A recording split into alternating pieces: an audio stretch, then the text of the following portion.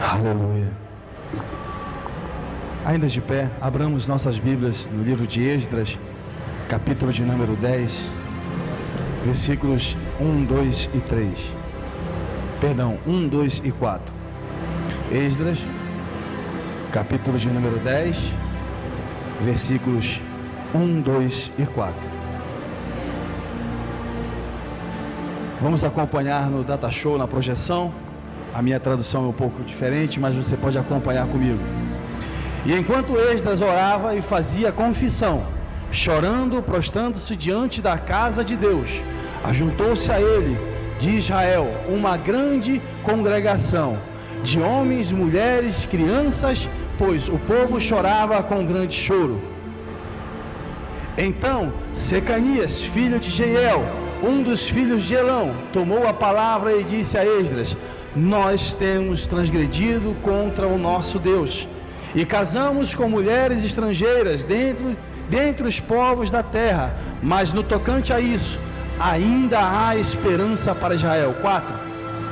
Levanta-te, pois, porque te pertence este negócio, e nós seremos contigo. Esforça-te e age. Podei assentar em nome de Jesus. Pode ligar aqui. Amados, Esdras, o nome Esdras significa Deus é auxílio, ajuda, auxílio de Deus, Deus o ajudará. Esdras também era escriba, e escriba, Esdras se dedicou em buscar a Deus e conhecer a Deus e interpretar a sua lei. Ele tinha a lei na ponta da língua, e todas as vezes que se procurava consultar alguma coisa, Esdras já tinha a resposta, pois ele conhecia a lei de Moisés. Esdras também era sacerdote, e porque ele era sacerdote, pastor, ele foi revestido de autoridade, revestido de poder, do poder do Espírito Santo de Deus, para liderar o povo em um negócio. Nós vamos entender o porquê dessas palavras a Esdras. E eu quero falar de algo que o Senhor tem o maior prazer em fazer. O que é que o Senhor tem maior prazer em fazer? Principalmente nos dias de hoje, pastor.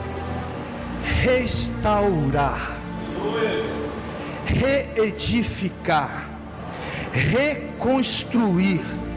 Eu não sei como é que você tem andado, eu não sei como é que o que você tem sentido, tem passado. Eu quero te dizer que essa noite Deus te trouxe aqui para restaurar o teu altar espiritual, para restaurar a tua vida, e você vai entender o que Deus tem contigo nessa noite, porque Deus tem grandes coisas para fazer contigo.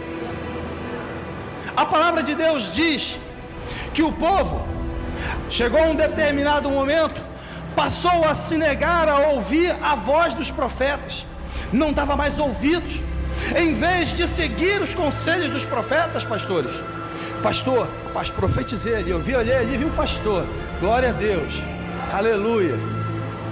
Em vez de ouvir a voz dos profetas, eles passaram agora a aprisionar os profetas, a agredir os profetas, a acorrentar e até mesmo apedrejar os profetas. Não davam mais ouvido à voz de Deus, se achavam os bambambãs, porque Deus estava fazendo grandes coisas. Então começou uma grande busca vinda da parte de Deus em restaurar o seu povo.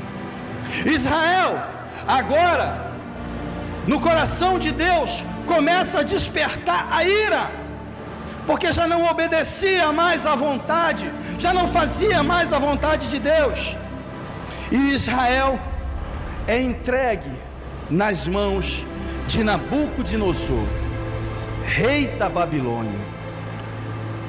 Começa aqui um tratamento, o qual Deus vai exigir muito daqueles que se dizem povo de Deus, daqueles que proclamam e dizem levantar a bandeira: Jeová Nissi, Jeová é a minha bandeira. Deus agora determinou que haveria um período de cativeiro, e esse período ia ser longo, irmãos. Deus prepara um homem chamado Nabucodonosor, e por 3 anos e meio ele cerca toda Israel, e Judá agora também está cercada. Israel e Judá agora estão sendo subjugadas a um cerco espiritual, pastor, um cerco físico e um cerco espiritual, aonde por 3 anos e meio aqueles homens estavam suprimindo, ou seja, estavam dificultando a entrada de suprimentos, estavam dificultando a entrada de alimentos, até a água estava sendo controlada pelo inimigo. Israel está agora vivendo de saudosismo. Ei, igreja, cuidado, viver de saudosismo às vezes pode ser perigoso. Israel estava confiando nas suas muralhas. Israel dizia: pode alguém passar por essas muralhas? Pode alguém tocar nessas muralhas?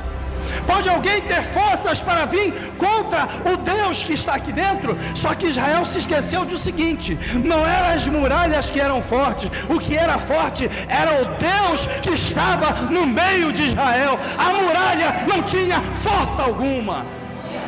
Se Deus não estiver no meio desse negócio, meu irmão, cuidado, começa a abrir teus olhos e teus ouvidos espirituais. É preciso colocar Deus no meio desse negócio. Aleluia. E o cerco continua. A força não estava nas muralhas. Jeremias 52, versículo 7 diz que por uma brecha os cananeus entraram, os caldeus entraram e tomaram a cidade. Agora a cidade caiu, pastor, ruiu, acabou. Aonde Israel detinha e depositava a sua esperança foi destruído. E em 605 antes de Cristo começa a primeira leva de cativos.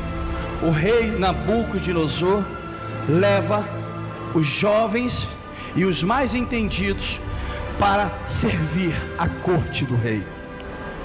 Entre eles vai Daniel.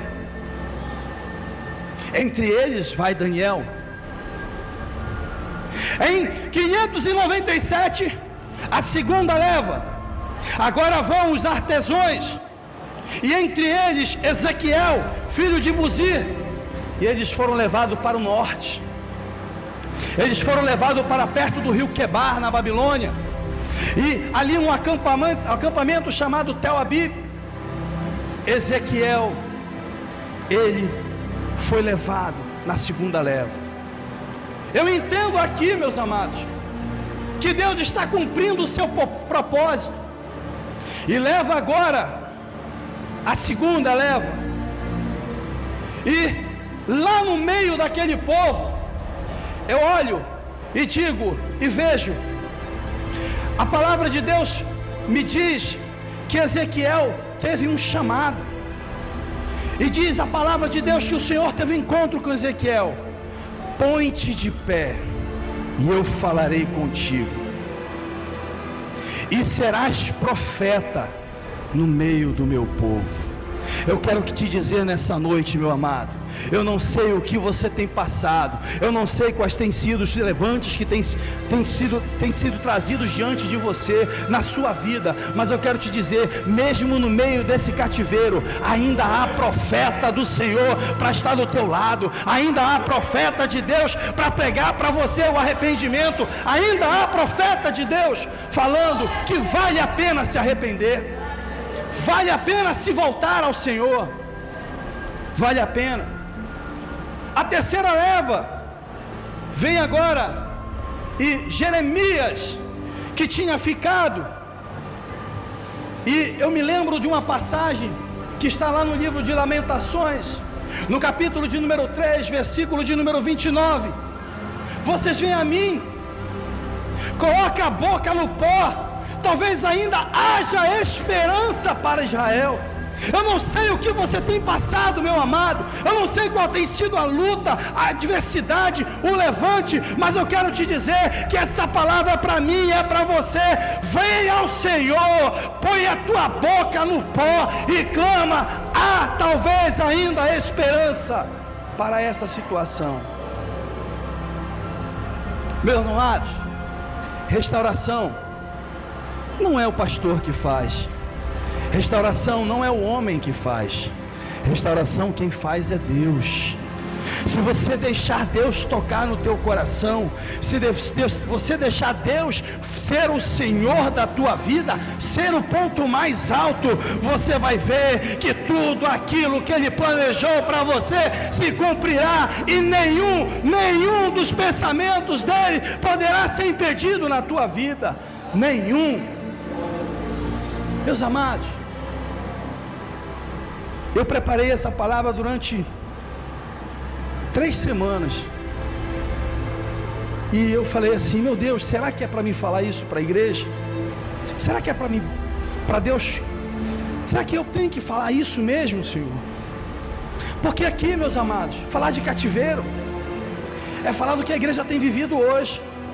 Talvez você não esteja enxergando um cativeiro com inimigos armados te cercando, mas o inimigo espiritual está te cercando, e ele está te cercando de todos os lados, e você talvez não esteja enxergando, não esteja vendo. Talvez você, na minha ignorância, no meu desconhecimento, não esteja percebendo o que o adversário está tramando. Eu quero aqui alertar a igreja: cuidado. O movimento do ISIS, o chamado Estado Islâmico, que está atingindo vários países no Oriente Médio e fazendo atentados agora na França e em outros países da África, pode ser não, é o sinal que o fim está próximo. Potencialmente eles têm condições de deflagrarem a Terceira Guerra Mundial. A França não foi escolhida à toa. Para quem não sabe, a França é o país mais liberal do mundo, o primeiro país a liberar o casamento gay, o primeiro país a fazer campanha entre homens e mulheres se beijando na televisão, o primeiro país a enaltecer a liberdade no mundo. E olha agora o que está acontecendo. Eles conseguiram destruir a igreja. A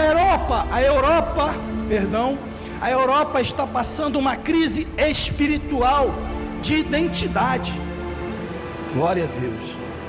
As igrejas cristãs, até mesmo aquelas renomadas, por onde se começou a renovação, onde se começou as mudanças necessárias, estão sendo desacreditadas, porque o mundanismo entrou pelas igrejas, e Deus não permite o mundanismo dentro da igreja.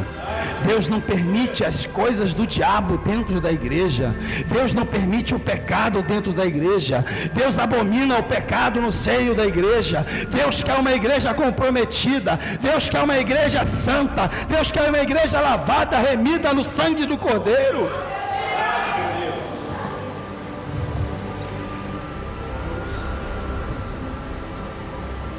Ah, mas pastores são radicais. São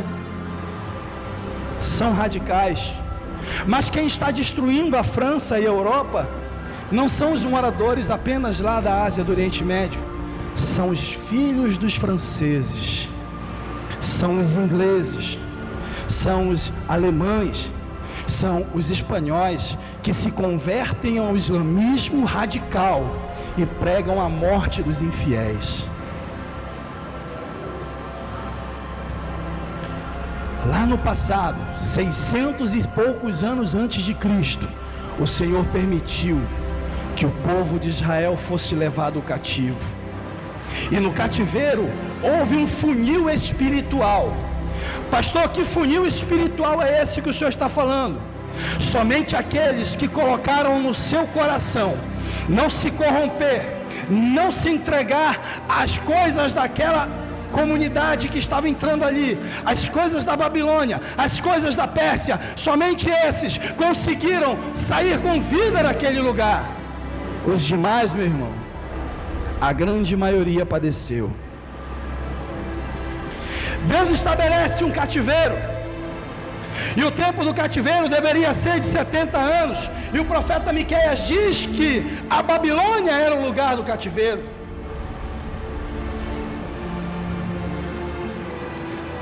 Agora, o povo está triste, o povo está sem forças, está abatido. O Salmo de número 137 diz que eles penduraram as harpas, os saltérios, não tinham mais vontade de adorar. Pastor, aqui eu começo a identificar a igreja no Brasil. Meu Deus do céu, pare para olhar do lado e veja se a igreja não está passando pelo mesmo sofrimento, pelo ataque. Você está sendo bombardeado todos os dias, na TV, na rua, no rádio, aonde quer que você vá. Deus tem permitido e o adversário está bombardeando, você chega até a dizer: eu não tenho forças para ir para a igreja, eu estou pendurando o meu violão, eu estou pendurando a minha harpa. Tem gente que diz que eu vou pendurar até a Bíblia. Mas eu quero te dizer que nessa noite, Deus está estabelecendo o fim desse cativeiro. Deus está levantando um povo que vai adorar a Ele em espírito e em verdade. Um povo que vai se levantar para reparar os alicerces, para reparar o altar do Senhor. Um povo que vai adorá-lo em espírito e em verdade.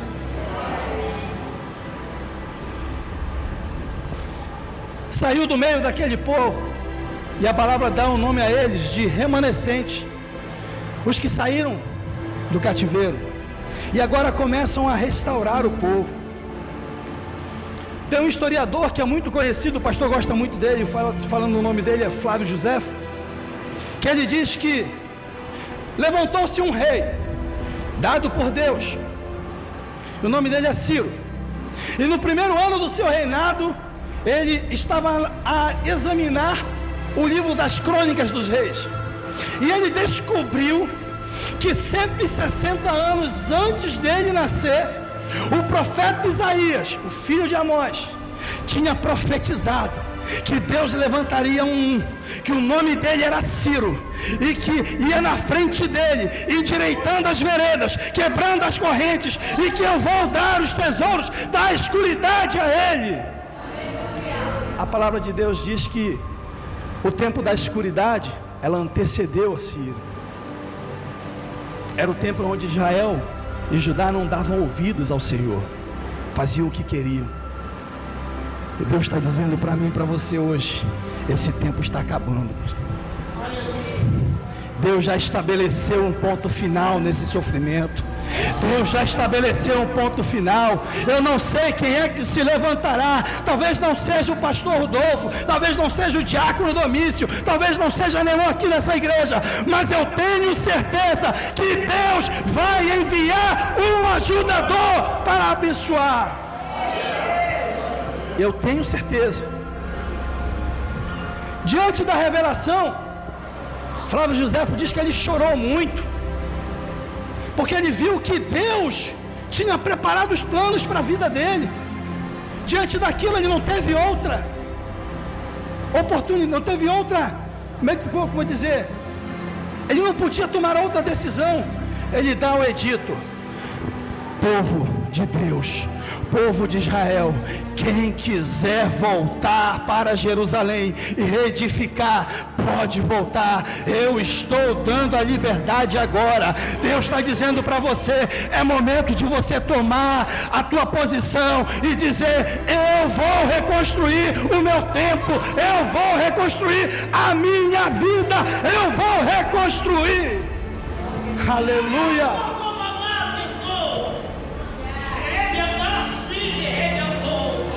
Então Josué e Zorobabel vão tentar reconstruir o templo e o culto ao Senhor.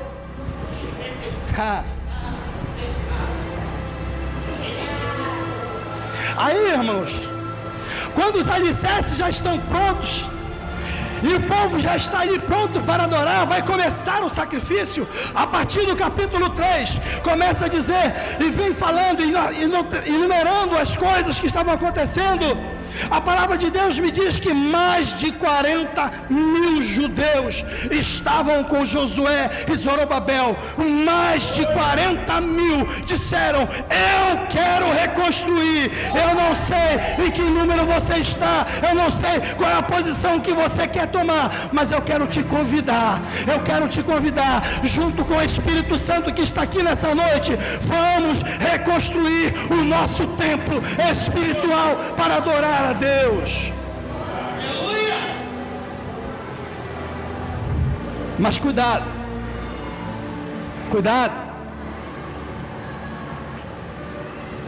vão aparecer os samaritanos, aqueles que não fazem e não querem que ninguém faça. Vão aparecer esses, vão tentar te impedir, vão tentar te parar, vão até mesmo dizer que você está tentando se rebelar contra o teu líder, vão dizer que você está tentando contra o Deus de Israel, vão fazer com que as pessoas te olhem torto. Mas eu quero te dizer nessa noite, não deixe esse dardo inflamado entrar no teu coração. Guarda a palavra do Senhor no teu coração. Busca Ele, busca força nele, busca ânimo nele, busca no Senhor, e você vai conseguir terminar essa caminhada. A palavra diz que o levante foi tão grande que eles se sentiram frustrados, pastor, e desistiram de trabalhar. E eu confesso aqui, meus amados, desde que eu aceitei Jesus, falei isso com o meu pastor Moacir, eu nunca tinha sofrido um ataque tão grande como nas últimas 3 semanas. Vontade de parar, tive. Vontade de desistir, tive. Vontade de largar os estudos, tive. Vontade de não ir mais trabalhar, tive. Vontade de não estar na igreja, tive. Vontade de não ir para a rádio fazer o programa, tive. Vontade de não estar evangelizando, tive. Mas no final, Deus me levantou e disse: olha, meu filho, não dê ouvidos à acusação dos samaritanos, ouça a voz de Deus. Sou eu quem te chamo, sou eu quem te levanto. Deus está dizendo para você, através da minha vida, não dê ouvidos a acusações, não dê ouvidos ao levante do adversário. Ele quer separar a tua vida, ele quer parar o teu ministério, ele quer te desanimar, ele quer fazer você guardar a harpa, ele quer fazer você guardar a Bíblia, ele quer fazer você desistir. Mas eu quero te dizer que maior é o que está contigo do que o que está com o mundo. A palavra de Deus diz que 15 anos a obra do Senhor parou. De 536 antes de Cristo a 520, o povo de Israel se acomodou, pastor. Aí Deus levanta Ageu e Zacarias. E agora é para você, igreja, é para mim isso. Olha, Deus falou assim: vocês estão vivendo como se nada desse certo. Recebes o teu salário e não vês a prosperidade. Tens os teus bens e os teus bens parece que não duram. Parece que tudo se destrói facilmente. Isso tudo está acontecendo porque você não tem colocado em primeiro lugar o reino de Deus. Isso tudo está acontecendo porque você tem botado a tua confiança em ti mesmo. Recebe o teu salário num saquetel furado. Põe Deus acima de tudo e verás a glória de Deus.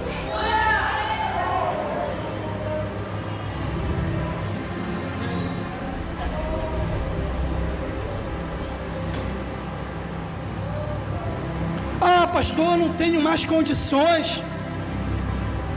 Quer ver dar certo, irmão? Quer ver a tua vida mudar?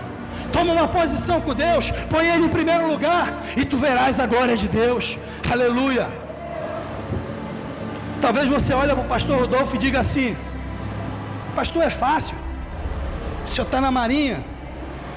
Até 3 anos atrás, 4 anos atrás, me lembro que eu era, 3 anos não, 8, então um tempinho mais, eu era cabo da marinha, recebia R$800 por mês, pagava aluguel de 600, minha esposa trabalhava e ganhava mais 600, e eu trazia a Maria Clara, bebezinha ainda, na bicicletinha na frente, e andava 7 quilômetros na bicicletinha a 16 graus, a Maria Clara chegava com a ponta do nariz geladinho, a boca ressecada, os lábios chegavam a partir, até hoje ela tem isso, no frio os lábios partem, e eu coloquei no meu coração, em não olhar para a dificuldade, em adorar a Deus. Um belo dia, pastor, entrou um cara na porta da minha casa, lá no meu trabalho, e disse: meu irmão, tu não quer comprar um carro? Eu disse: eu não tenho dinheiro. Não tem problema, assume as parcelas de R$200.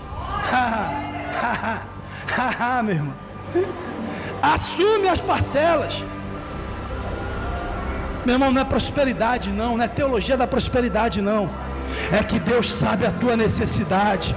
Eu morava longe da igreja, e eu era o vice-dirigente da igreja, eu era diácono, pastor, diácono moderador da igreja batista. Eu tinha que abrir, eu tinha que fechar. O pastor morava em São Gonçalo, eu tinha que estar antes, se abria às 7 horas, 6h30 eu tinha que estar lá. Eu saía da base aérea, 7 quilômetros de bicicleta para ir até minha casa, de casa mais 7 quilômetros de bicicleta com a Carolzinha no frio, ia para a igreja, louvava a Deus, voltava e ia para casa dormir, mas eu adorava a Deus. Pastor, o senhor faria isso hoje? Nunca. Se eu disser para vocês que eu tinha fé para fazer aquilo, é mentira minha. Eu fiz sem perceber. Deus não me deixou olhar, Deus não me deixou ver. Quando eu percebi, a bênção já estava pronta, mas eu confiava no Senhor. Eu confio no Senhor. Igreja, você tem confiado em quem? Você tem confiado em quem? Ageu, o profeta, alguém diz: mas Ageu, não temos condições de trabalhar, o tempo parou porque não temos condições financeiras de fazer. Ageu olha e diz assim: olha o monte, está cheio de madeira lá, sobe, vai cortar madeira e vem edificar a casa do Senhor. Não dá desculpa para fazer a obra de Deus não, vai buscar subsídio, vai buscar obreiros, vai buscar um jeito de fazer a obra do Senhor. Outro dia eu escutei aqui: se o livro de desculpas estivesse no céu, ele seria o maior de todos. Meu nome estaria lá, pastor. Meu nome estaria lá, pastor. Peço perdão a Deus, mas seria o maior de todos. Não posso ir para a igreja porque arranquei a unha do dedinho. Não posso ir para a igreja hoje porque, peguei um resfriado ontem e estou espirrando. Não posso ir para a igreja hoje porque, pastor, eu briguei com a irmã Ellen e não vou para a igreja não. Mas a irmã Ellen briga comigo todo dia quando vem para a igreja, que eu fico apertando ela: bora embora, estamos atrasados, bora embora, estamos atrasados, bora embora, estamos atrasados. Todo dia ela briga comigo, né, meu amor? Mas depois a gente se acerta em casa, né? Glória a Deus, glória a Deus, amado. Não para, não fica dando desculpa para fazer a obra de Deus, não. O cativeiro, irmãos, ele serviu para limpar. O cativeiro serviu para tirar do meio de Israel aqueles que não serviam, que não adoravam a Deus em espírito e em verdade. Aquele povo que estava com o coração desejoso de chutar o balde, de deixar a obra, de fazer qualquer coisa, esses fizeram.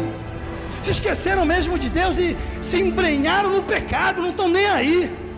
Mas esses não viram a glória da segunda casa.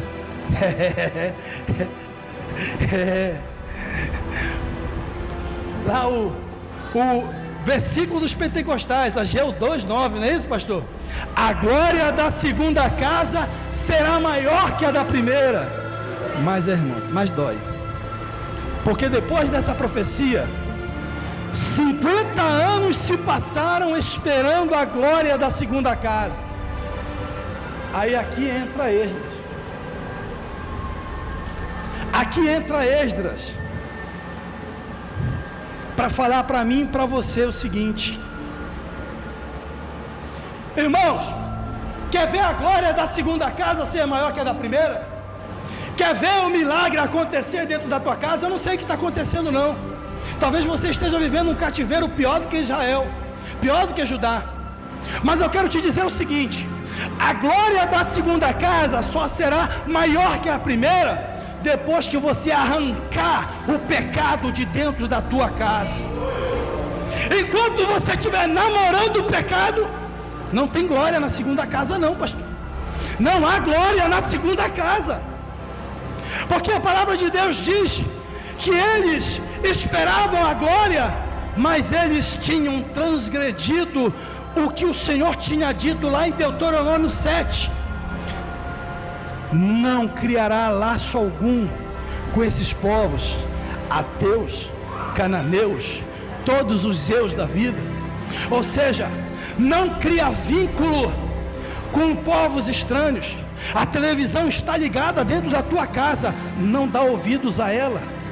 O teu vizinho vem para te convidar para ir para o baile, não dá ouvidos a ele. Olha, sai dessa, foge da aparência do mal. O teu vizinho te convida na hora de vir para a igreja, vem comer um peixe que está gostoso. Irmão, repreende isso na tua vida e vem adorar a Deus. O adversário, ele quer te tirar da presença de Deus, e pecado tira qualquer um da presença de Deus. Eles tinham transgredido, pastor, mas queriam ver a glória de Deus agora. Sacrificavam de manhã, de tarde à noite. Vejo agora Esdras, consigo até visualizar como se fosse nos dias de hoje. Se fosse hoje, Esdras entrando aqui num templo bonito, e ele chegava às 6 da manhã, orava, chegava às 3 da tarde, orava, às 9 da noite orava, às 3 da manhã orava, às 6 da tarde, 3 da tarde, 6 da tarde orava, mas nada acontecia, até que Deus levanta alguém, e ele diz o seguinte: ele levanta Secaías, e hoje Secaías é o Espírito Santo de Deus que está aqui nessa noite, é o Espírito Santo que está dizendo para mim e para você: olha os teus erros, porque ainda há esperança para a tua vida. Há esperança, mano, há esperança, sabe? A Pérsia pode ter tomado conta, a Babilônia pode ter se apossado, o mundo pode estar dizendo que você está derrotado, o mundo pode estar dizendo não há mais salvação, não há jeito, esse nunca mais se levanta. Mas eu te digo, repreende esse adversário do seio da tua família, repreende esse adversário do meio da tua casa, e você verá a glória de Deus entrando no teu lar. E assim eles fizeram.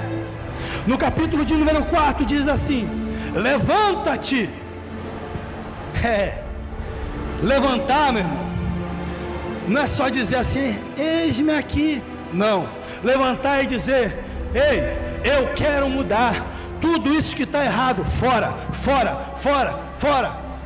O povo de Israel tirou do seu meio todas as mulheres e filhos daquelas mulheres que eles tinham se casado. Isso aqui simboliza para mim e para você o que é que tem te afastado de Deus. Qual tem sido o erro que tem colocado divisão entre você e Deus? Quer ver a glória da segunda casa na tua vida?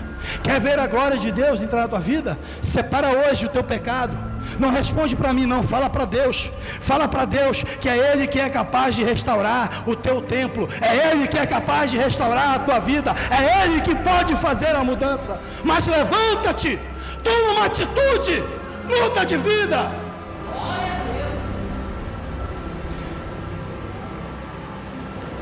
Pois compete a ti agir. Compete a ti agir. Compete ao pastor Moacir fazer isso na tua casa? Não. Compete ao pastor Moacir fazer isso na casa dele? Sim. Compete ao pastor Rodolfo fazer isso na casa dele? Sim. Compete a mim mudar a minha história. Compete a você. Deus não vai fazer aquilo que cabe a você fazer. Quero milagre? Busca por Ele, levanta-te, age por Ele, e Deus vai fazer o grande milagre acontecer na tua vida. Outra coisa que nós temos que ter, pastor, para ver a glória da nossa casa, da segunda casa, maior do que a da primeira, é ter coragem para enfrentar a dificuldade. Meu irmão, minha irmã, meus amados, não dá para olhar para o pecado e dizer, não, tudo bem, fica aí hoje, amanhã tu não fica não. Sabe o que eu quero falar com você nessa noite? É a palavra que Deus disse para mim nessa noite. Não dependa de ninguém, não dependa de homens, não dependa de nada dessa terra, dependa do Deus Todo-Poderoso, porque se você depender só dele, você pode falar o que quiser, para quem quiser. Você não depende de homens, você depende somente de Deus. E quem depende somente de Deus, meu irmão, não tem o que temer. Pastor, precisa mudar isso aí, meu irmão. Tu precisa mudar isso aí. A verdade não mata não, a verdade trata, a verdade limpa, a verdade cuida, a verdade limpa o ser. Aleluia. A verdade vai limpar a tua casa. Aleluias. Glória a Deus. Meus amados, para finalizar, temos que ter coragem de enfrentar a dificuldade que se levanta dentro da nossa casa, ainda que venha a doer. Esdras, com mais 1.700 homens, aproximadamente, ou um pouco mais de 1.700 judeus, que se encontravam ali frustrados, sofrendo, decidiram mudar, decidiram transformação. Eu quero perguntar a você nessa noite, o que você quer fazer? Continuar na mesmice? Morar na Babilônia? Ou quer sair desse cativeiro? Você quer continuar sofrendo? Ou quer mudança de vida, libertação, restauração da tua vida?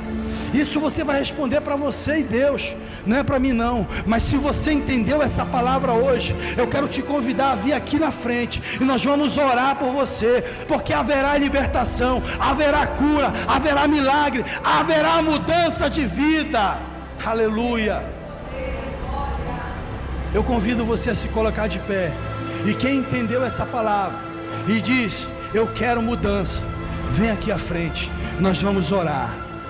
Porque somente reconhecendo os nossos erros e tendo o Senhor como o centro da nossa vida, nós entenderemos isso e receberemos e veremos que a glória da segunda casa verdadeiramente será maior que a da primeira. Aleluia. Oh, glória a Deus.